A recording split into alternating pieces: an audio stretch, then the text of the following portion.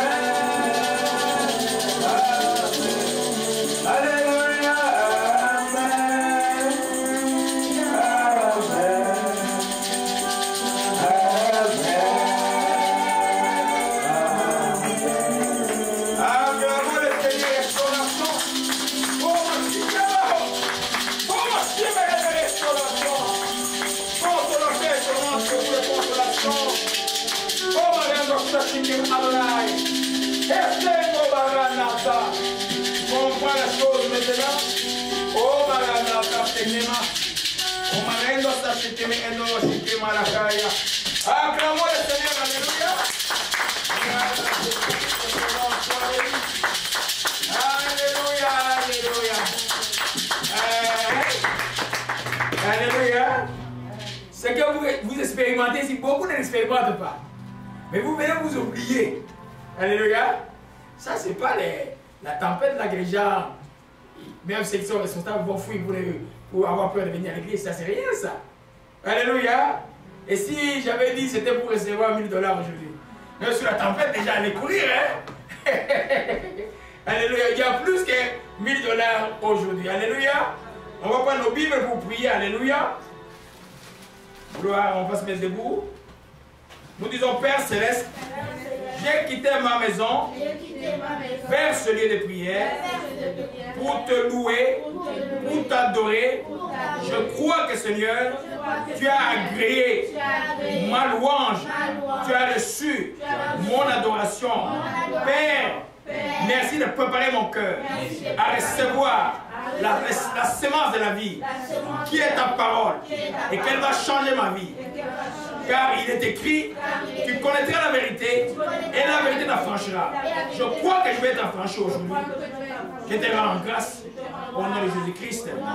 Je t'ai ainsi prié. Amen. Gloire à Jésus-Christ. Tout va bien maintenant. Amen. Moi, je suis dans la joie. Alléluia. Imitez au moins moi, que vous soyez tous là, ou que je sois seul, comment je prie. Je prie toujours avec joie. Alléluia. Parce que je ne prie pas pour... Je prie mon Dieu. Amen. Alléluia.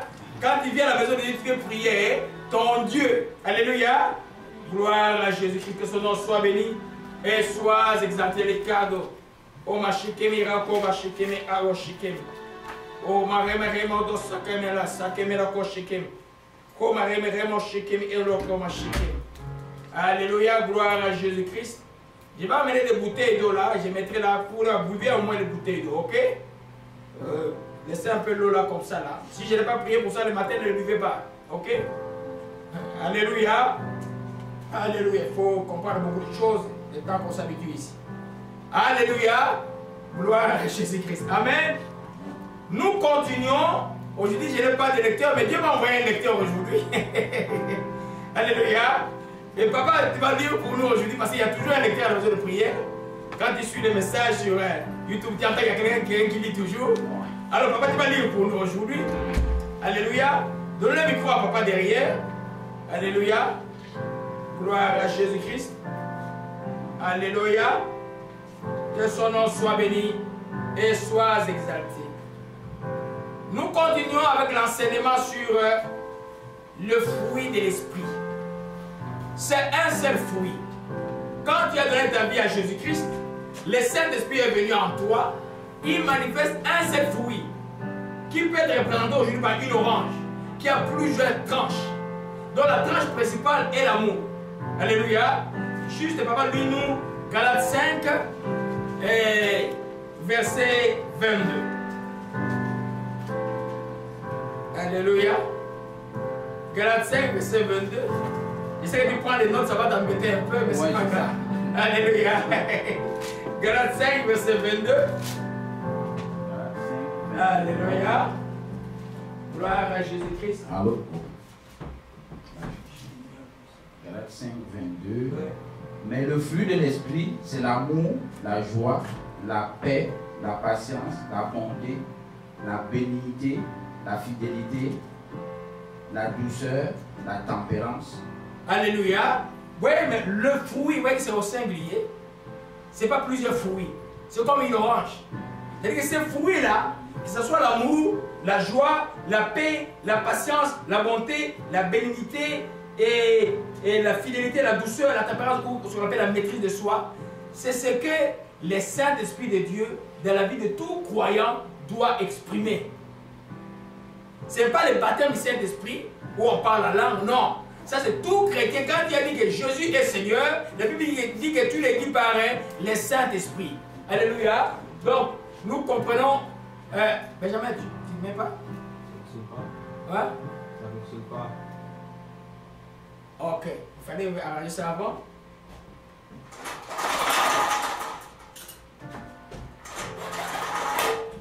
Alléluia.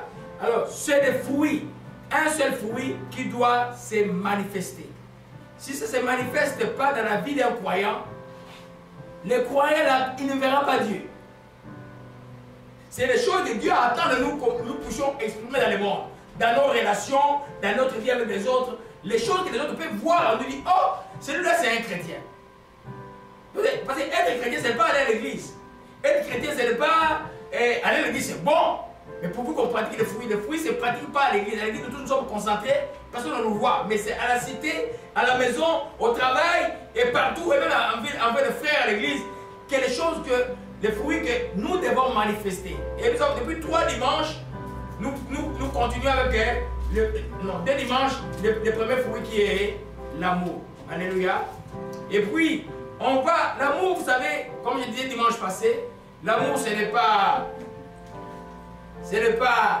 le friendship, ce n'est pas l'amitié.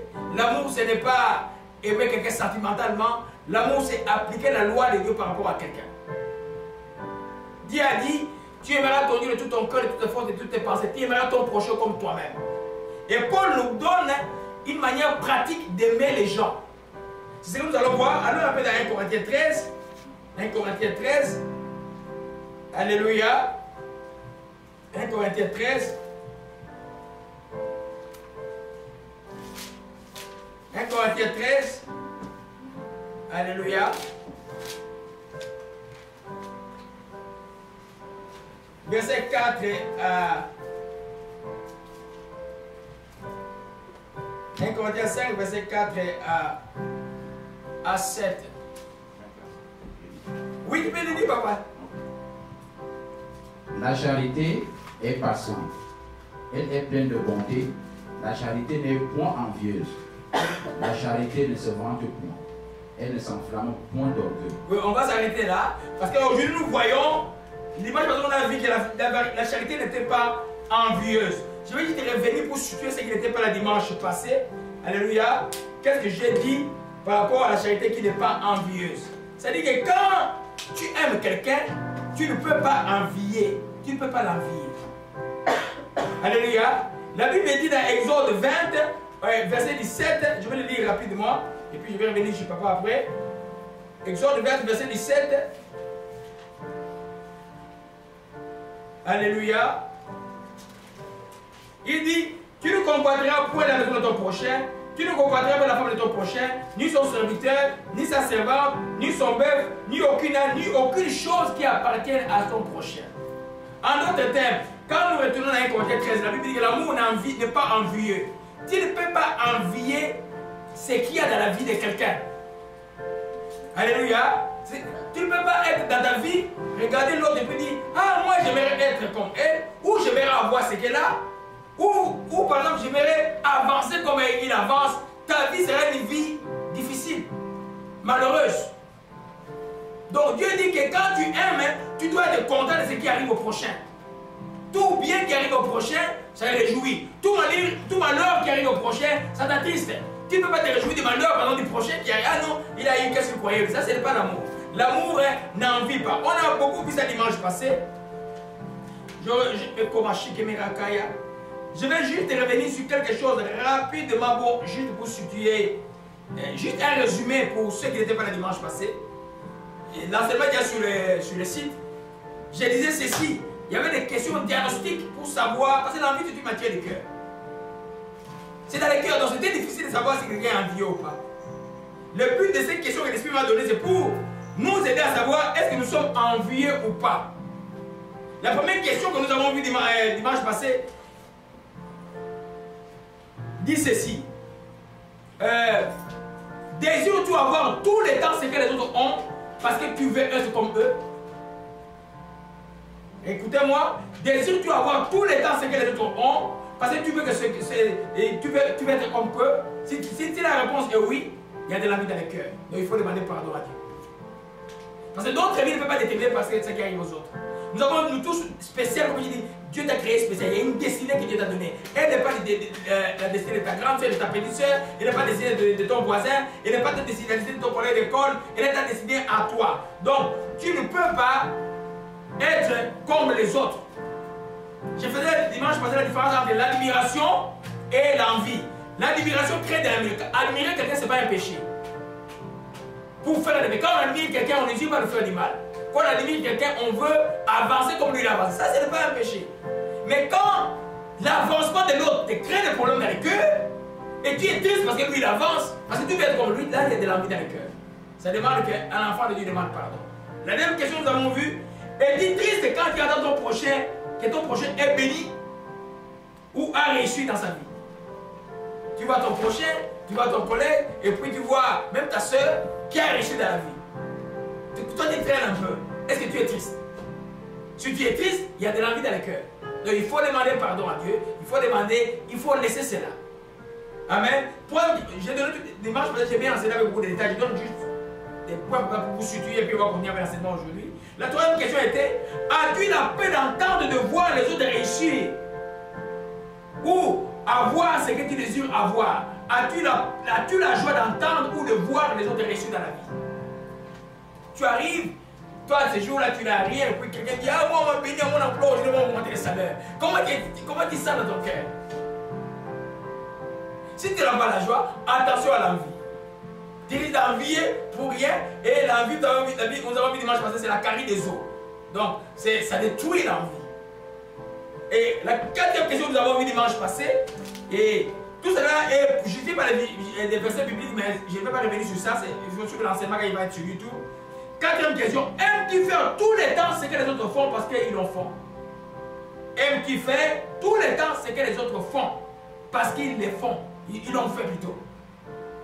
En d'autres termes, et c'est ton point de départ de tes projets sur les autres. Donc toi, pour avoir un projet, tu dois regarder, Marthe a fait ceci. Je sais pourquoi j'ai crié. Elle vient du travail, elle veut s'endormir. Ok? Alors, vous comprenez un peu? Et c'est ton point de départ dans ta vie doit être ce que les autres font. Si c'est ça là, c'est de l'envie.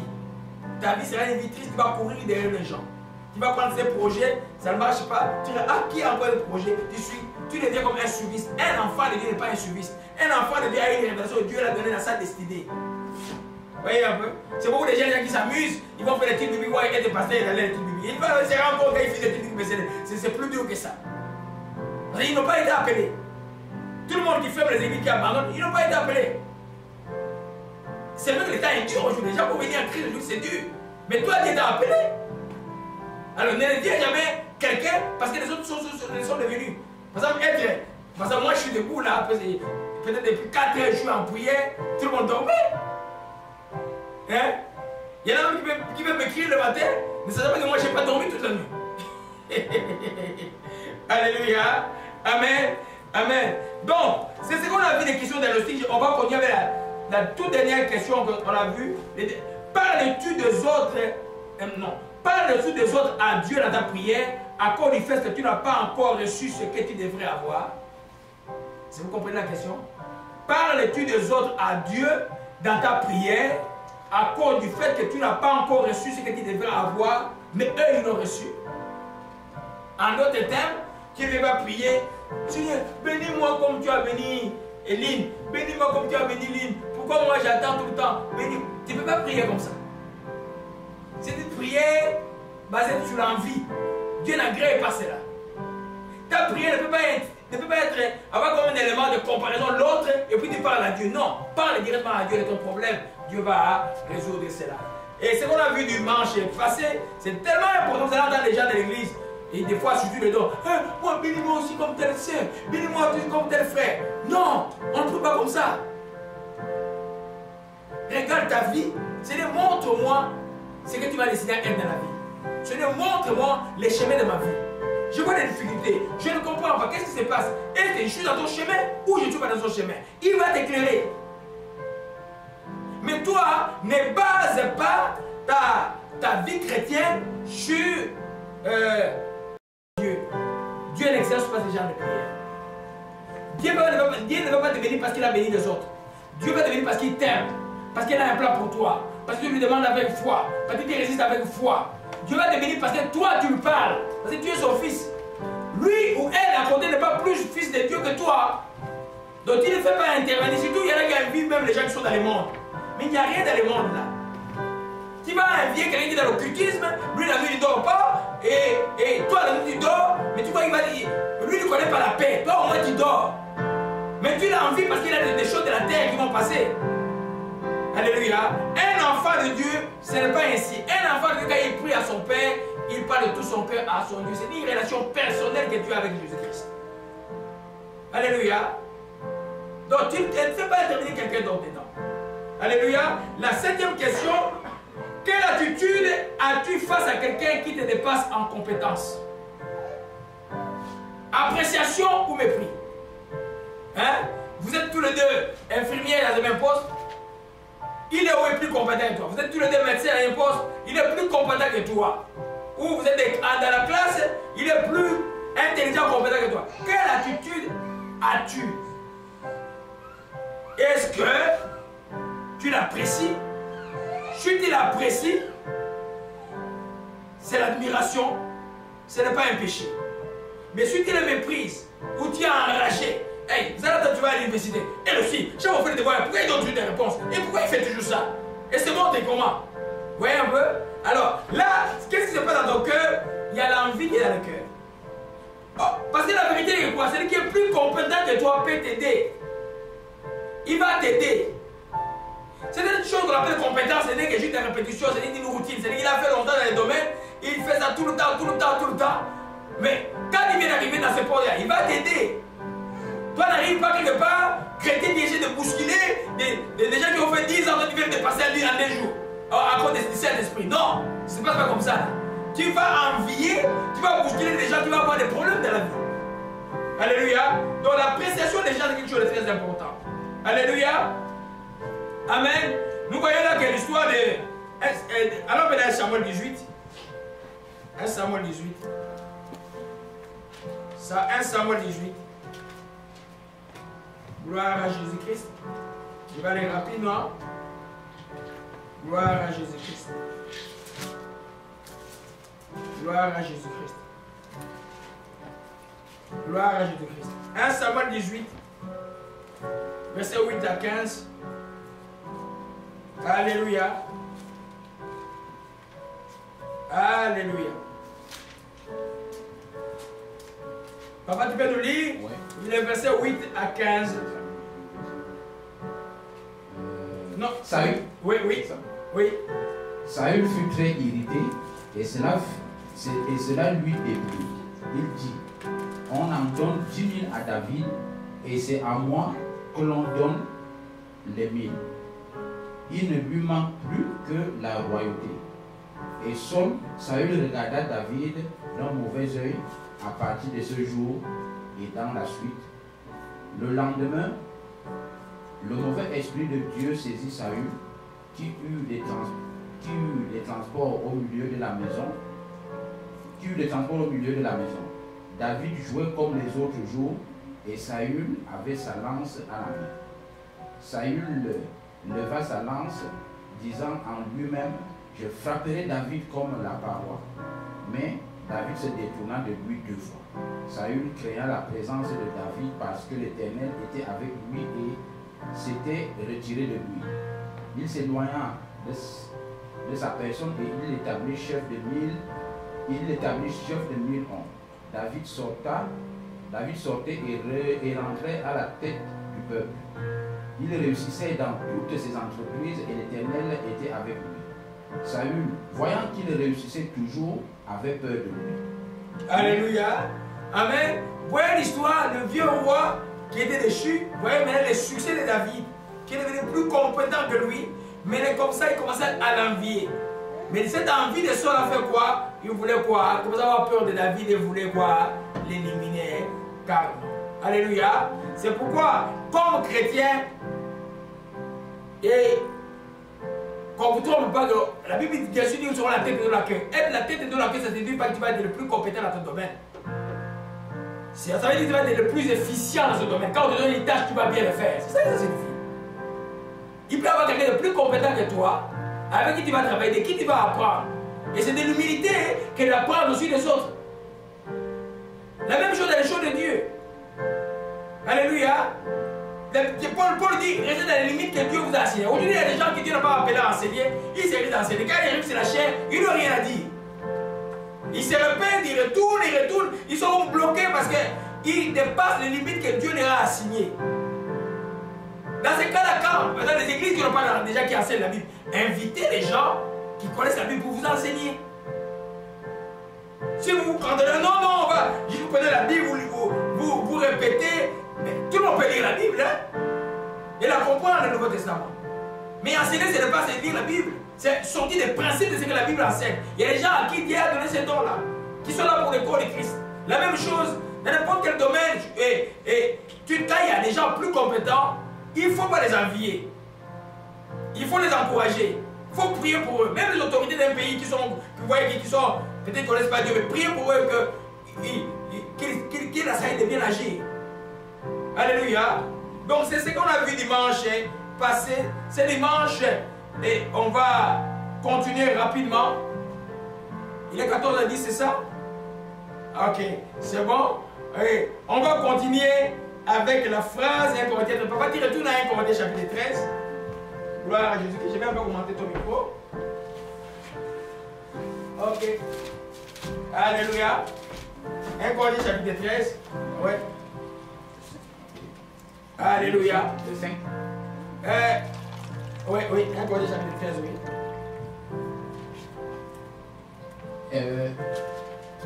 Elle ne fait rien de malhonnête.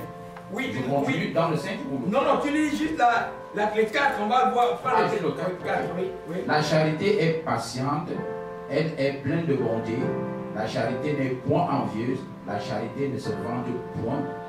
Amen, on s'arrête là. Amen. La charité ne se vante point, elle ne semble point d'orgueil. Vous voyez là qu'il y a deux phrases pour stigmatiser un mot qui s'appelle l'orgueil. Alléluia. Alors, allez, faites des tours dans les églises chrétiennes, vous allez voir. Dans certaines régions. Vous allez voir des fois, les gens respirent l'orgueil, disent, mais est-ce que Dieu est là? Mais Dieu résiste aux orgueilleux. Il fait grâce aux hommes. Les deux phrases là, c'est pas pour rien. La charité ne se vante pas, elle ne semble pas d'orgueil. C'est comme Dieu veut insister pour dire à l'homme, ne soyez pas orgueilleux. L'amour n'est pas dans l'orgueil. L'amour est dans les contraires de l'orgueil qui s'appelle l'humilité. Et Dieu est avec les humbles. Alléluia. Aujourd'hui, vous voyez le pasteur, il vient avec un hammer, et puis il regarde son hammer d'abord, et puis il dit Alléluia, Amen, et puis il rentre à l'église. Mais c'est grave ça. Ça c'est grave. L'orgueil, ce n'est pas une histoire de Dieu. Regardez le Fils de Dieu. Dieu lui-même, la parole qui est de Jésus-Christ. La Bible dit, il s'est humilié comme un pauvre homme, jusqu'à mourir même à la mort de la croix, afin qu'il soit élevé, que le nom de Jésus soit au-dessus de tout nom. Ce n'est pas arrivé par hasard parce que Jésus s'est humilié. Donc, l'orgueil, c'est l'amour de tout, sauf l'orgueil. L'envie comme l'orgueil, c'est le matière du cœur. C'est très difficile de le savoir, c'est ça le but de l'enseignement. C'est pour nous aider avec certaines réflexions, certains principes, certaines questions, certains symptômes pour savoir si on est dans l'orgueil ou pas. Alléluia. Vous savez que l'orgueil est défini comme une opinion très avantageuse, le plus exagéré qu'on a de sa valeur personnelle. Un orgueilleux, il a comme expression la vantardise. La vantardise est une expression extérieure de l'orgueil. Les orgueilleux sont vantards, grande bouche. Alléluia. Alors, vous voyez que l'orgueil ne peut pas pleurer à Dieu. Parce que premièrement, par principe, l'orgueilleux est égoïste. Il est cupide. Il est idolâtre. Égoïste, c'est celui qui est orgueilleux. Vous allez voir, parce que c'est quoi le principe de l'orgueil? C'est la comparaison avec les autres. Je vais dire le plus grand, le plus fort, le plus ceci, le plus ceci. Et en faisant cela, tu fais quoi? Tu vas écraser les gens. Pour que toi tu sois le plus grand. Tu ne laisses pas que Dieu t'élève. Toi, tu veux t'élever. La Bible dit que simplement que l'homme ne doit pas se montrer lui-même. C'est Dieu qui élève l'homme. Ce n'est pas l'homme qui s'élève lui-même. Alors, vous voyez que quand quelqu'un est orgueilleux, il est égoïste. Vous allez voir ça. Il est cupide, c'est-à-dire c'est des gens qui veulent avoir pour eux. Et il est idolâtre. Vous allez voir souvent, ils vont aimer les choses ou eux-mêmes plus que Dieu. Ou même leur ministère de foi plus que Dieu. On ne peut pas aimer ce qu'on fait, même ce que je fais ici, plus que Dieu. L'homme humble aimera Dieu d'abord. Et le reste après. Alléluia. Donc l'orgueil se voit d'abord, lui d'abord, et les autres après. C'est pourquoi, quand un parent orgueilleux est là, il ne voit pas le mal qu'il fait aux enfants. Elle ne voit pas le mal qu'il fait aux enfants. Parce que la personne est tombée d'elle-même. Ne peut pas descendre, ne peut pas reconnaître ses fautes, ne peut pas reconnaître ses erreurs. Il y a tellement de choses qui entourent l'orgueil que Dieu déteste l'orgueil. C'est la Bible dit que Dieu fait grâce aux humbles, il résiste. Il ne chasse pas. C'est-à-dire que tu peux être des chrétiens, mais si tu fais les choses d'être orgueilleux, Dieu va te résister. Toi, tu vas croire que c'est les oncles au village, c'est le vaudou qu'on t'a fait, c'est les malédictions qu'on t'a jeté. Non, tu es orgueilleux. Quand tu es orgueilleux, il n'y a pas l'amour dans ton cœur. C'est pourquoi le texte dit, l'amour ne se vante pas, l'amour ne s'offre pas d'orgueil. Dieu va te résister d'une manière ou d'une autre, tu vas te rendre compte que c'est vraiment pénible, la vie va être pénible simplement à cause de l'orgueil. Quelqu'un m'a appelé aujourd'hui à 7 h en train de pleurer. Mais quand j'ai regardé, je pleurais aussi pour la personne. Mais il y a des jours que j'ai dit à la personne, depuis 10 ans de changer, la personne ne change pas. Regarde, mais elle m'appelle le matin pour pleurer. Dieu, il faut me faire passer. Vous savez ce que je nous enseigne ici? C'est le principe de vie. Tu apprends ça, tu auras moins besoin de délivrance. Parce que ton cœur sera déjà libéré. Tu es rempli d'amour. Alléluia. Celui qui est orgueilleux, sa vie ne sera pas bien. Alléluia. Le monde est plein d'orgueil. Romains 1 Jean 2, verset 15 à 7. 1 Jean 2, verset 15 à 7. Le verset 15 pour que nous comprenions que Dieu n'aime pas. Oui, allez-y. Verset 15 à 16, je m'excuse papa. 15 à 16. Oui.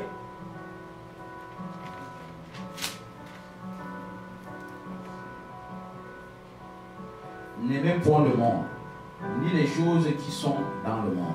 Si quelqu'un aime le monde, l'amour du Père n'est point en lui. Car tout ce qui est dans le monde, la convoitise de la chair, la convoitise des yeux et l'orgueil de la vie, ne vient point du Père, mais vient du monde. Alléluia. Regardons verset 7, l'orgueil de la vie. Donc dans le monde, il y a plein d'orgueil. Les gens marchent par orgueil. Les gens achètent par orgueil. C'est-à-dire qu'ils vont se comparer aux autres. Ah, les voisins ont arrangé sa cour comme ça, moi aussi je vais arranger ma cour. C'est l'orgueil ça. Ah non, lui il a acheté au travail, il dit, ah, lui il a acheté telle voiture, moi aussi je vais acheter comme lui ou plus que lui. C'est l'orgueil ça. Et ça, il n'y a pas d'effet, c'est ça le monde. Mais Dieu dit, vous n'aimez pas le monde. Vous les enfants de Dieu, vous ne devez pas être ainsi. Alléluia. L'orgueil ne peut pas être dans l'amour dans la mesure où il cherche à se comparer aux autres. Il va se comparer aux autres tout le temps. Alléluia. Et des fois même entraîner les autres dans les problèmes, ceux qui l'entourent. Alléluia. Si ta vie a un élément de comparaison aux autres, il y a de l'orgueil dans ton cœur. Parce que l'envie et l'orgueil sont comme des cousines. Là où il y a l'envie, il y a aussi l'orgueil. Tous les orgueilleux sont enviés, tous les envieux sont orgueilleux. C'est ça que je voulais faire le point. Donc toi, enfant de Dieu, tu fais des choses pour toi, pas pour être plus que les autres, plus grand que les autres, plus belle que les autres. Même pour mes filles, quand vous faites vos petits maquillages là, faites-les pour vous-même, pas pour vous comparer. Non, moi je vais être la plus belle aujourd'hui. Non. Alléluia. Amen. Parce que dans la mesure où tu commences à te comparer aux autres tout le temps, ta vie va être malheureuse. Hein? Il y en a qui vont peut-être. Je ne sais pas si mes fils vont m'aider. Il y en a peut-être qui sortent de la maison, soit ils sont habillés autrement, ils sont, ils voient, l'autre est habillé autrement, il rentre à la maison, je vais changer. Moi je vais changer, je peux m'habiller comme lui. Ça c'est l'orgueil. Vous êtes des enfants de Dieu. Hommes ou femmes, vous êtes des enfants de Dieu. Soyez des gens stables. L'autre ne peut pas t'influencer à quoi que ce soit. Tu te sens toi-même intérieurement, toi-même extérieurement, tu es stable. Alléluia. Parce que les principes des orgueilleux maintenant, ils sont tous victimes de la mode.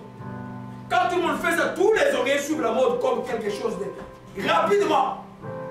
Parce qu'ils veulent être comme tout le monde. Alléluia. Amen. Donc, en cherchant, même à l'église, prenons dans les dons spirituels. Les dons vont se répandre. Et je sens qu'ici, comme je sens beaucoup de puissance de Dieu aujourd'hui. Je sais qu'il y a beaucoup de choses que Dieu va faire dans la vie des gens, ici, là. Quand tu as quelqu'un, quand tu as des dons, Si toi, les dons te rendent orgueilleux, orgueilleuse, tes dons ne serviront à rien. Tes dons ne serviront à rien. Papa, prends-nous un peu 1 Corinthiens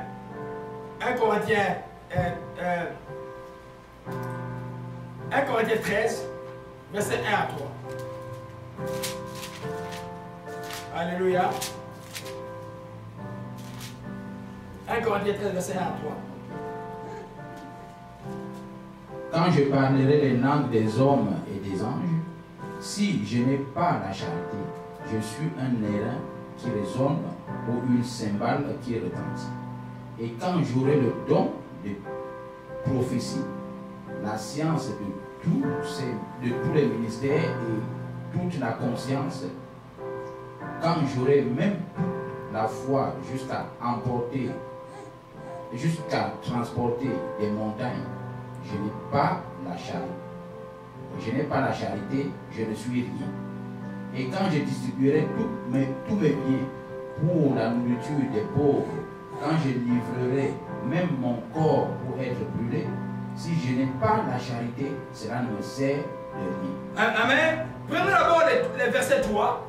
Imaginez, tu rentres, papa par exemple rentre au Cameroun, depuis il avait 3 conteneurs, lui c'est pour montrer à toute la région de l'Ouest là-bas qu'il vient du Canada, et puis il distribue des nourritures à tout le monde, des médicaments et tout ça.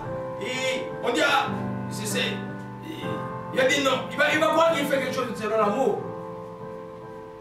Oui, ça peut être selon l'amour si tu t'en vantes pas.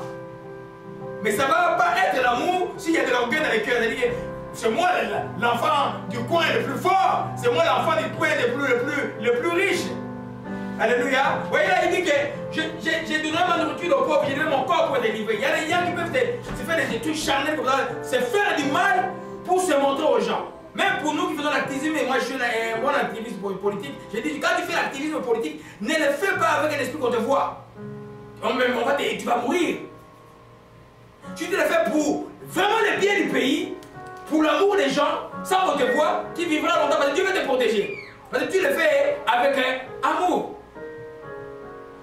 Les gens ne comprennent pas que tout bienfait que nous faisons, si nous le faisons pour nous montrer, pour nous vanter, ça s'appelle de l'orgueil et ce n'est pas de l'amour. C'est pourquoi il dit que quand je n'ai pas la charité, même si je me brûle moi-même, parce que j'ai donné la nourriture aux pauvres. Mais quand j'ai donné la nourriture aux pauvres et qu'ils claironnent partout, je viens du Canada et du Québec, c'est moi qui nourris tous les gens là-bas. Ils ne valent rien, c'est moi qui les ai nourris.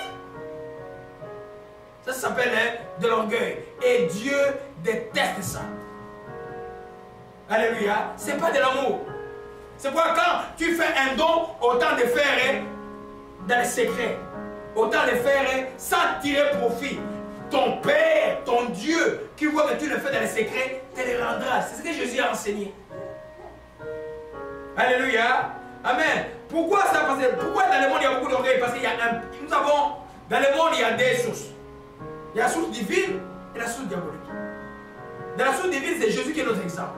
Dans la source diabolique, c'est Satan lui-même qui est l'exemple. Qu'est-ce qui a précipité Satan du ciel? Hein? Papa, lis-nous un peu Ésaïe 14, verset 14 à 15. Ésaïe de l'Ancien Testament, 14.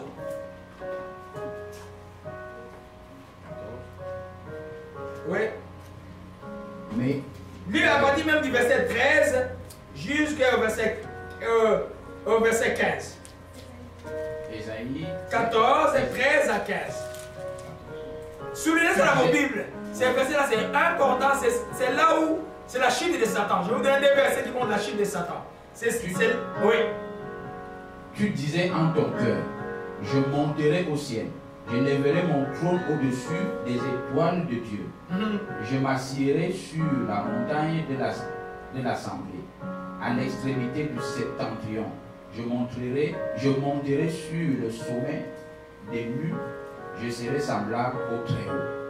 Mais tu as été précipité dans le séjour des morts, dans les profondeurs de la fosse. Alléluia. Il disait quoi?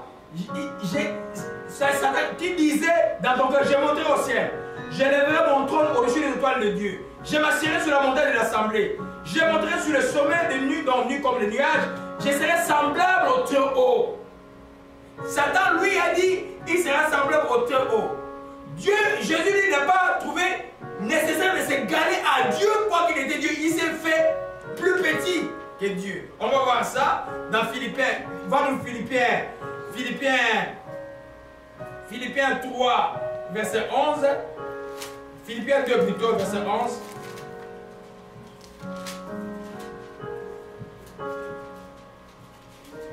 Et que toute langue confesse que Jésus...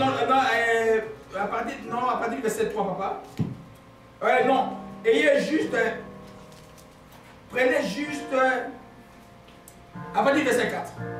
Verset 4 jusqu'au verset 11. C'était très puissant ce texte-là. Amen.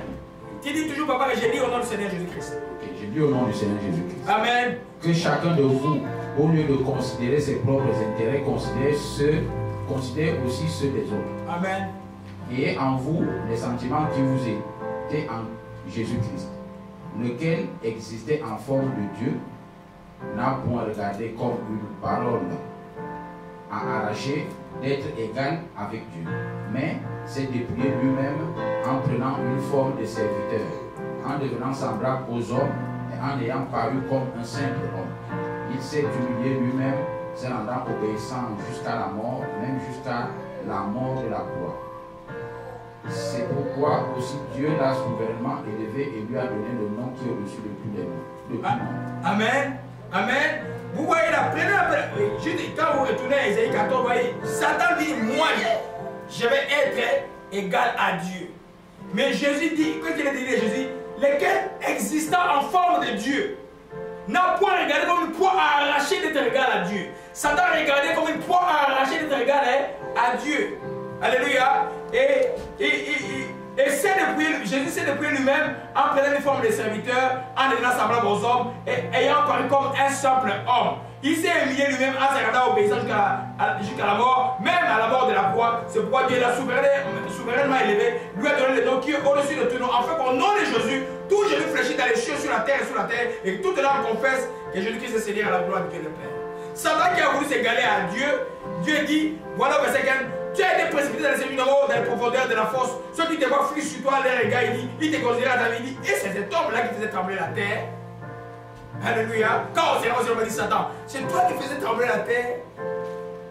Nous comprenons les deux choses. Satan a trouvé comme une proie et arraché à Dieu. Il était orgueilleux. Jésus était humble d'esprit. C'est pourquoi l'esprit d'humilité, c'est l'esprit de Jésus-Christ. L'esprit d'orgueil, c'est l'esprit de Satan. Tous les occultus, les sorciers, sont orgueilleux, sont hautains. Tous sont têtus. Vous allez voir, ils sont orgueilleux, hautains et tous. Alléluia. Or, nous les enfants de Dieu, Dieu veut que nous soyons les contraires, humbles. Parce que nous avons un défenseur qui n'échoue jamais, qui est Dieu, qui est Jésus-Christ de Nazareth. Alléluia. Amen. Nous comprenons cela. Donc l'orgueil était un attribut principal du diable. Il ne peut pas être l'attribut des enfants de Dieu. C'est pas Dieu va résister l'enfant de Dieu qui va prendre l'attribut du diable. Qui est devenu maintenant un chrétien charnel. Ah non, ça ne va pas dans ma vie, ça ne va pas dans ma vie. Peut-être on va jeter des spells, on va jeter des malédictions. Non, regarde d'abord ton cœur. Est-ce que tu es humble? Est-ce que tu écoutes? Tu dis pas, moi-même, ah, Dieu m'aime, Dieu dit ne fait pas, non, moi-même je vais faire. Il dit, mais quand tu fais orgueilleux, tu es tout rebelle et orgueilleux devant Dieu. Parce qu'il ne fait pas obéir à Dieu. Alléluia. Vous êtes acclamons un peu le Seigneur. Alléluia. Amen. Dieu est bon. Donc l'orgueil est une matière du cœur, comme je disais. Et comme l'humilité, c'est une matière du cœur. Mais cela a des symptômes. Alléluia. Je vais répéter rapidement aujourd'hui dans les 20 minutes qui nous restent là. Amen. Et vous savez que c'est une matière du cœur. L'orgueil, c'est au niveau du cœur. Le psaume 51 dit Dieu ne n'aide pas un cœur brisé et contrit. Quand ton cœur est brisé, c'est-à-dire qu'il n'y a plus d'orgueil. Tu es humble. C'est pourquoi tu es à genoux. La position à genoux, là, ce n'est pas une formalité. C'est une position d'être totalement anéanti, soumis à Dieu. Alléluia. Les orgueilleux ne peuvent pas s'agenouiller. Les démons là, ils sont orgueilleux. Ceux qui s'agenouillent, c'est des gens qui sont soumis à Dieu. Derrière l'humilité, il y a aussi la soumission à l'ordre de Dieu, à la loi de Dieu. Parce qu'on va voir les enfants de Dieu qui ont l'amour, ils ne vont pas avoir l'orgueil. Parce qu'ils expriment ce que Dieu exprime dans l'homme. Nous avons vu, c'est le fruit de l'amour, le fruit du Saint-Esprit. Donc l'amour ne peut pas être ensemble avec l'orgueil. On ne peut pas réunir des enfants de Dieu pour leur dire pardonnez-vous, vous savez qu'il a mal fait, pardonnez-le. Non, moi je ne pardonne pas. Non. Un enfant de Dieu, non. Quand tu sens que ça ne va pas, tu as mal fait, tu demandes pardon à Dieu. Quand tu sais que tu as blessé l'autre, tu demandes pardon. Tu vas demander pardon directement. Et quand l'autre vient te demander pardon, tu ne vas pas refuser le pardon. Il y en a beaucoup peut-être qu'on peut, si je le pardonne, il va. Oui, on peut pardonner quelqu'un quand il a encore une vie pas bonne et vivre distant avec la personne. Ce n'est pas un péché. Esaïe et Jacob, c'était ainsi. Ils sont pardonnés, ils n'ont pas vécu ensemble. Mais dans ton cœur, là, il ne doit plus avoir de l'amertume. Retournons sur notre sujet. Alléluia. Papa, Proverbe 16, verset 5. Alléluia. Proverbe 16, verset 5. Alléluia.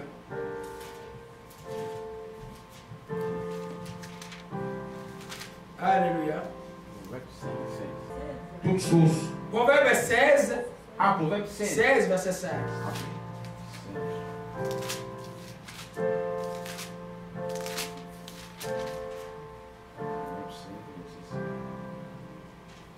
Tout cœur hautain est en abomination à l'Éternel.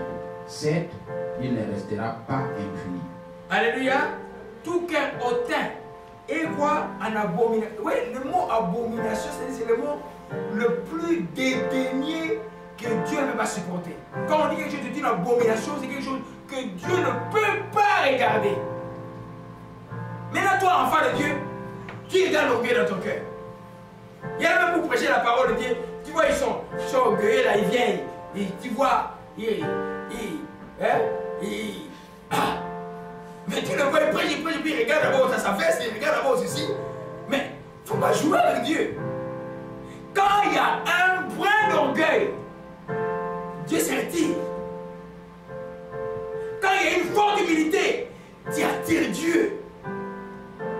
Dans toutes choses, ce soit pour nous qui servons Dieu, dans n'importe quel domaine où tu vas, il n'y a personne dans le monde, même dans le monde là qui ne connaît pas Dieu, personne n'aime les orgueilleux. Si quelqu'un est vantard, il finira, les gens vont commencer à le fuir. Dans n'importe quelle culture du monde, personne n'aime les orgueilleux. Quoique, l'orgueil qu'eux ils connaissent, c'est juste quelqu'un qui est orgueilleux, arrogant. Parce qu'on peut être silencieux et être orgueilleux. On peut être silencieux et être orgueilleux dans ton cœur. On accepte, on se sent quelque chose d'important. Tu vois, ça ne dépend pas de rictus.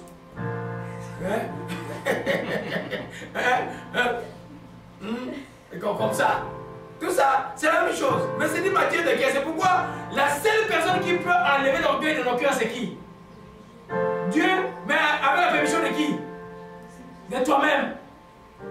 Ta permission avec la force de Dieu, mais avec toi qui désires enlever. Alléluia. Sinon, ça sera très compliqué. Voyez un peu, ça c'est compliqué. Les gens commencent le ministère de Dieu avec l'orgueil. Et puis, à un moment, ils ont des membres, ils sont contents, ils oublient Dieu, et puis, l'église ferme après. Mais Dieu les a résistés. Dieu ne fait pas avec l'orgueil. Non.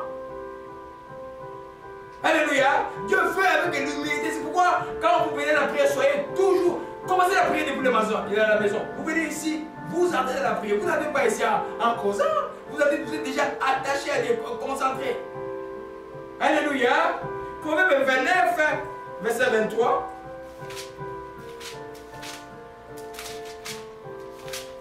Alléluia. Proverbe 29, verset 23, je crois. Oui. Oui. L'orgueil d'un homme l'abaisse, mais celui qui est humble d'esprit obtient la gloire. Alléluia. L'orgueil d'un homme l'abaisse. Quel que soit ton niveau, des choses, quand tu es orgueilleux, ça va t'abaisser. Mais celui qui est humble d'esprit, humble de cœur, obtient la gloire où Dieu va t'élever. Alléluia. Gloire à Jésus-Christ. Donc, pour nous dire simplement que si tu veux être abaissé, sois orgueilleux. Alléluia. Sois orgueilleux. L'orgueilleux n'aime pas les remarques. Les hommes n'aiment pas les réprimandes. On avait dit que celui qui est les réprimandes sera cassé subitement. Parce que moi, comme pasteur, je ne peux pas vous flatter. Je ne peux pas vous faire du mal, je ne peux pas vous flatter. Je dois vous dire la vérité dans l'amour. Je dois vous dire non, ça c'est pas bon. Mais si tu es orgueilleux, tu seras cassé. La Bible dit, celui qui réduit le coup sera cassé subitement et sans remède.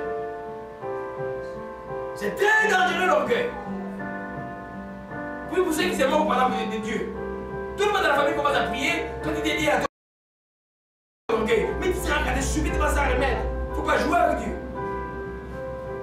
Dieu donne le temps aux gens pour que les gens changent. Mais Dieu ne dort pas. Dieu veut que tout le monde parvienne à la repentance. Mais toi, homme, ne sois pas orgueilleux. Alléluia. Gloire à Jésus-Christ. Que son nom soit béni et soit exalté. Alléluia. Il y a un enseignement sur l'orgueil qui est très qui est de 7 dimanches sur le site. Je vais juste donner quelques principes pour nous aider par rapport au fruit pour avancer rapidement. Alléluia. Le dernier principe que nous voyons ici, que l'orgueil colonise le cœur, alors que l'humilité libère le cœur. L'orgueil colonise. Quand il y a une colonie, vous êtes sur la domination. L'orgueil va dominer dans ton cœur. Quand il y a l'orgueil dans le cœur, il y a l'amertume, il y a la rancœur, il y a tout qui vient, tout ce qui est de l'ennemi du diable, c'est dans ton cœur. Mais quand tu es humble, ton cœur est libéré. Parce que quand tu es humble, tu vas savoir demander pardon à Dieu et aux autres. Quand tu es humble, tu vas reconnaître tes torts. Quand tu es humble, tu vas voir clair parce que l'orgueil aussi aveugle. Comme la haine. Tu ne vois rien devant. Tu es obstiné. Jusqu'à ce que tu vas le casser un jour. Mais la sagesse de la Bible dit est avec les humbles. Quand on est humble, le Saint-Esprit qui est l'esprit de sagesse va être fonctionnel en toi. Tu vas comprendre des choses. Tu vas comprendre des choses, même les gens plus âgés que toi ne comprennent pas parce que tu es humble. Alléluia. C'est pourquoi nous devons faire très attention avec l'orgueil. Et c'est avec raison que la Bible dit que l'amour ne se vante pas, l'amour ne se s'enfle point d'orgueil. Et il existe une ligne mince entre la fierté et l'orgueil. La fierté, ce n'est pas une mauvaise chose. C'est pas une mauvaise chose. Être fier de soi, ce n'est pas une mauvaise chose. Avoir de l'estime de soi pour soi-même, c'est bon. Mais à partir de ton estime de soi et développer en comparabilité avec l'autre, ça devient de l'orgueil. Comprenez un peu? Et Dieu ne fait pas ses enfants comme ça là. Nous sommes des pauvres pécheurs. Hein? Non, on est des pécheurs sauvés. On n'est pas des pauvres pécheurs. Alléluia. Parce que, non, c'est rien. Donc, les pécheurs venaient, et puis moi je. Non! On n'est pas des pauvres pécheurs, on est des pécheurs sauvés. Donc il y a une prestance par rapport à l'enfant de Dieu. Je suis enfant de Dieu. La culpabilité ne peut pas être à moi. Les accusations de Dieu ne peuvent pas marcher à moi. Parce que Dieu m'a sauvé. Jésus est mort pour moi la première fois. Pourquoi je vais m'accuser moi-même pour les choses que j'ai fait il y a longtemps et puis Dieu m'a déjà pardonné? Alléluia. Donc, il y a une ligne mince entre la fierté et l'orgueil. C'est pas. Je voulais pas beaucoup parler de ça, mais je voulais juste vous amener à ce que j'ai appelé il y a quelques années les symptômes de l'orgueil. On va savoir un dernier principe. L'orgueilleux considère plus que ce qu'il a et il ignore que c'est Dieu qui l'a béni. Il ignore constamment que Dieu l'a béni. Et puis l'orgueilleux n'est pas reconnaissant. Même quand tu as prié pour eux comme pasteur, quand ils viennent pour eux, quand ils ont pleuré, quand ils peuvent passer pour Jésus, ils n'ont. Dès qu'ils ont un peu quelque chose, ils commencent à. Ils ne sont pas reconnaissants. jusqu'au prochain obstacle. Là, ils reviennent encore. Ça, c'est l'orgueil. Un enfant de Dieu doit être reconnaissant à Dieu et reconnaissant aussi aux gens qui l'ont fait du bien. C'est-à-dire, tu ne rendras pas les balles à celui qui t'a fait du bien. Jamais. Tu défendras toujours celui qui t'a fait du bien. Sinon, ça devient quoi? D'orgueil dans le cœur. Il n'y a pas d'humilité dans le cœur. Alléluia. Amen. Donc, vous voyez que dans la Bible, on nous parle du roi. On ne fait pas rappeler Daniel chapitre 4. Daniel chapitre 4. Alléluia. Daniel chapitre 4.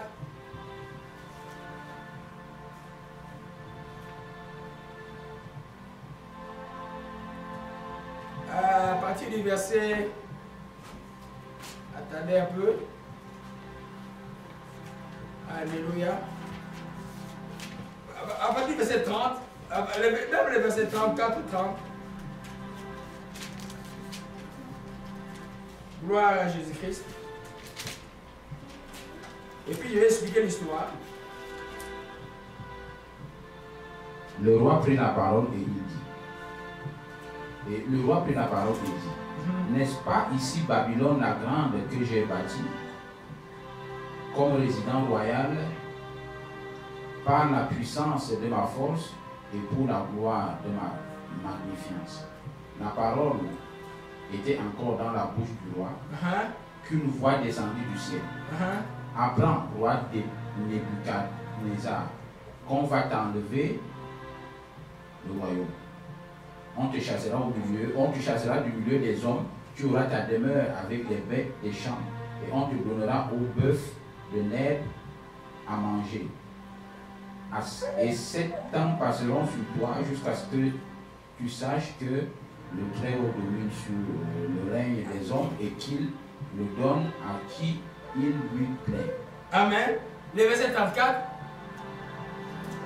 Après le temps marqué, moi, Nebuchadnezzar, je levai les yeux vers le ciel et j'ai loué et glorifié celui qui vit éternellement. Celui qui vit éternellement. Oui. Celui dont la domination est une domination éternelle et dont les règnes subsistent de génération en génération. Amen. Ça, c'est le roi Nabucodonosor qui, Dieu lui a donné le royaume. Il était comme l'empereur de l'époque. Et puis, la vision, Daniel avait lui parler de la vision déjà de sa chute. Mais il n'a pas écouté. Et là, au verset 30, il prit la parole et dit, n'est-ce pas ici, Babylone la grande, que j'ai bâtie avec comme résidence royale, par la puissance de ma force et pour la gloire de ma magnificence. Il a ignoré Dieu, que c'est Dieu qui l'avait élevé. Tout d'un coup, pouf, il est devenu comme un animal. Dieu l'a puni. 7 ans de manger des herbes comme une vache. Pendant jusqu'à ce qu'il va apprendre l'humilité.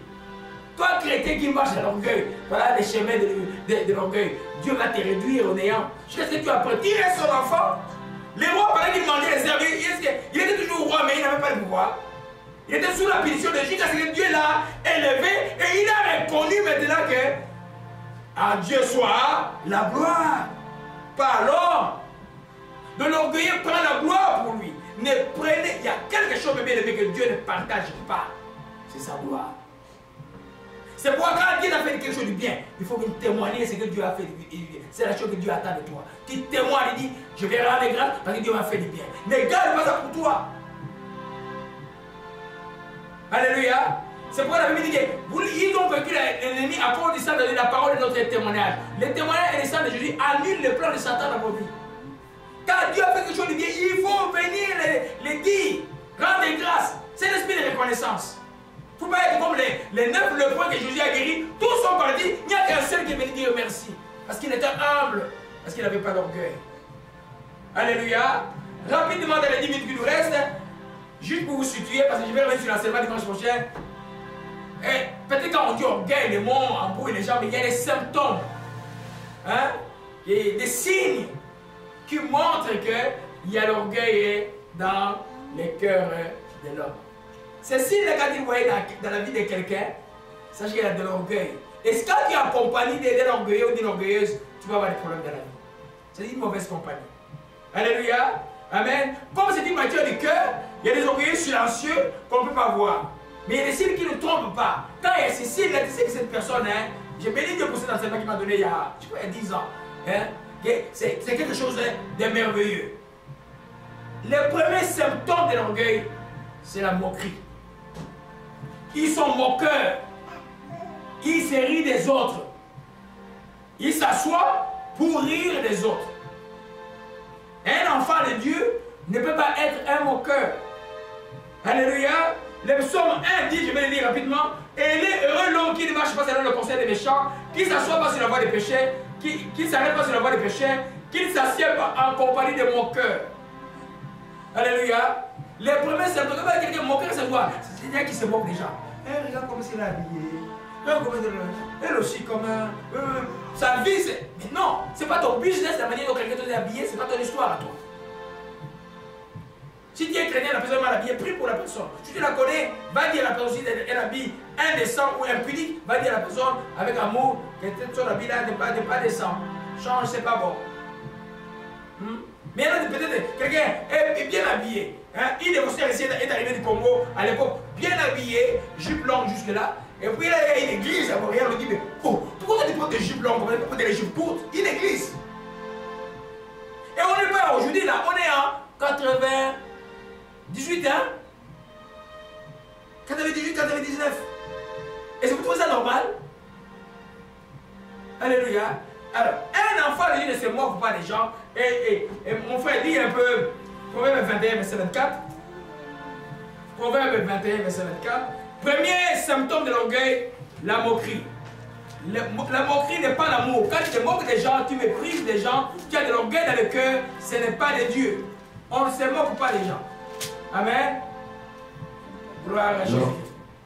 L'orgueil, le hautain s'appelle un moqueur. Il agit avec la fureur de l'arrogance. Amen. Ça définit tellement bien des symptômes là-bas. Et Proverbe 21, verset 24, l'orgueilleux, le hautain, s'appelle un moqueur. Il agit avec la fureur de l'arrogance. Alléluia. Les premiers symptômes que nous voyons, c'est la moquerie. Il se moque des gens. Il se moque des gens. Hey, regarde, hein, comment il est habillé. Hein? Les fiancés qui viennent te voir, il est comme ça, comment il est habillé. Mais qu'est-ce que c'est l'habit des fiancés peut avoir? On regarde le cœur, on ne regarde pas l'habit. Hein? Quand vous voyez qu'il y a des moqueries tout le temps, et c'est quelque chose qui n'est pas bon. C'est de l'orgueil. Un enfant de Dieu ne doit pas se moquer des gens. Il ne doit pas se moquer des gens. Alléluia. Deuxième chose que vous voyez dans ce même verset, il dit, il agit avec la fureur de quoi? De l'arrogance. Ils sont arrogants. Deuxième symptôme, les hautains ou arrogants, c'est la même chose. Ils sont arrogants. C'est-à-dire qu'ils parlent de paroles arrogantes. C'est moi ceci. Ils sont arrogants. Alléluia. Sans respect. Alléluia. Amen. L'arrogance même, c'est la tribu du diable. Quand vous allez voir la description de la bête dans l'Apocalypse chapitre 13, on dit, c'est avec il était arrogant. Même quand on chante des démons, vous allez voir, ils sont arrogants. Sans respect et résistant, rebelle. Un enfant ne peut pas être comme ça. Alléluia. L'arrogance est quelque chose de très dangereux. Donc quand quelqu'un est arrogant, ne vous me prenez pas. Dans son cœur, il y a de l'orgueil. Mais là, cette personne dit, venez, on va s'accorder pour prier. La prière ne marchera pas. Parce que lui, son cœur est orgueilleux, toi, ton cœur est humble. Ça ne marchera pas. Autant que tu pries toi-même ou tu pries pour la personne. Vous ne pouvez pas vous accorder. Alléluia. Voyez tous les magiciens du monde, là, surtout au Congo, ils sont arrogants. Des fois, ils dorment sur une petite natte là, mais quand ils s'habillent, mais les habits là, il est arrogant, mais des fois, il n'a rien. Des fois, il est mourant. J'avais vu même mourant, il va mourir dans quelque. Mais tu vois, l'arrogance et l'orgueil dans la bouche. L'arrogance, c'est l'appareil du diable. Apocalypse 13, versets 5 à 6. Et oui. Apocalypse 13, versets 5 à 6.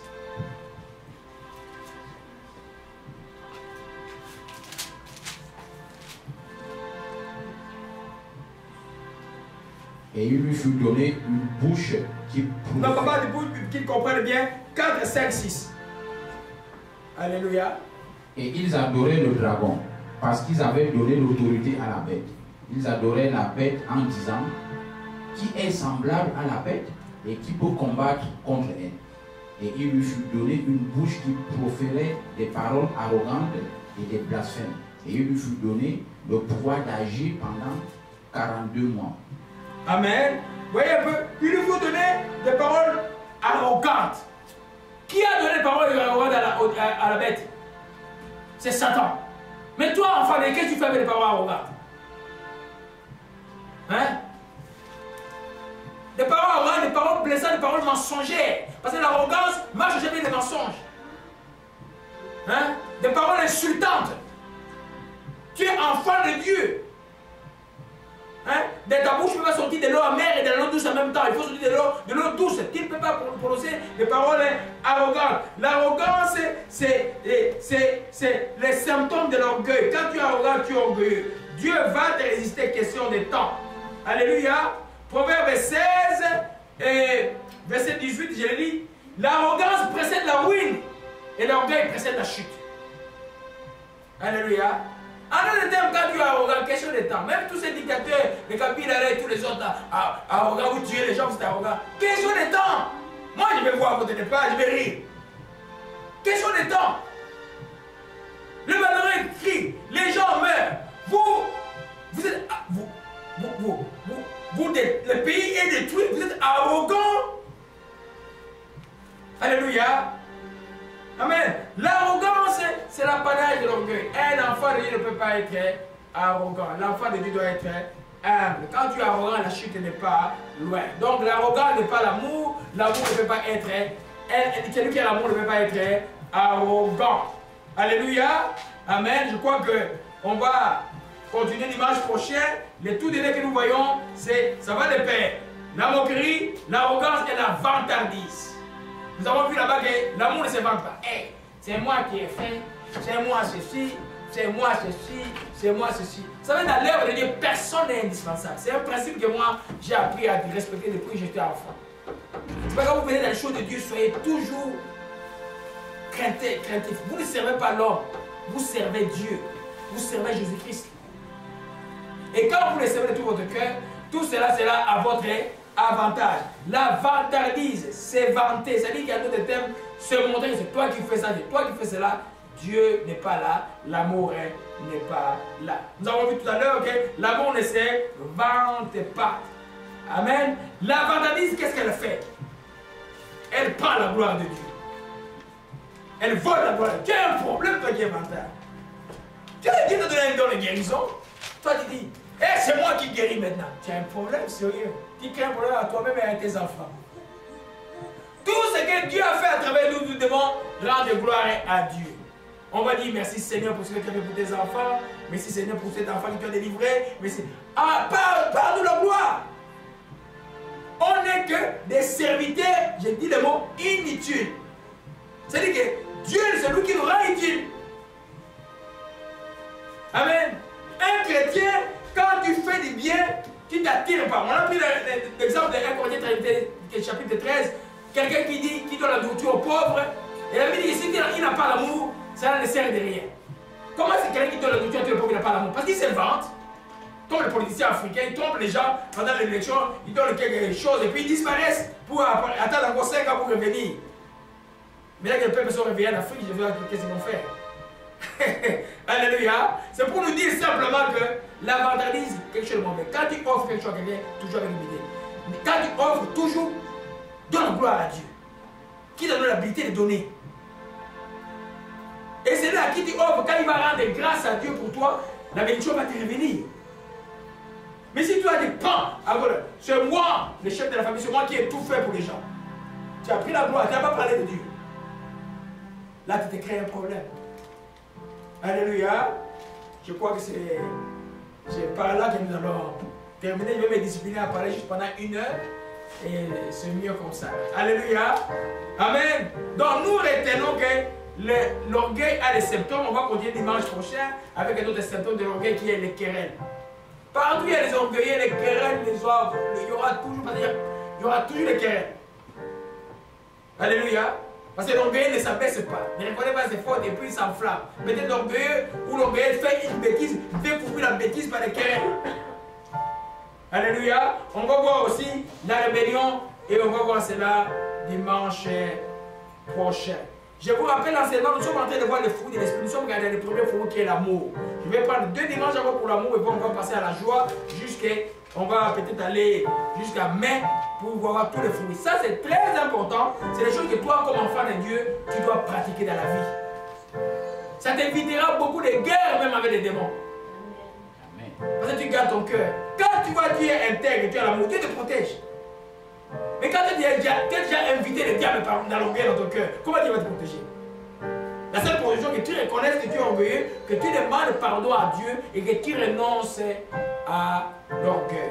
Toi qui me suis maintenant, qui est loin, si dans ton cœur, dans tout ce que nous avons dit, que par l'arrogance, par la vantardise et autre chose qui te montre que tu as de l'orgueil dans le cœur, si dans ta vie, tu fais les choses pour te comparer, pour dominer les autres, et que tu n'es pas content à ce qui arrive aux autres, il y a l'envie et l'orgueil dans le cœur, car ils marchent ensemble.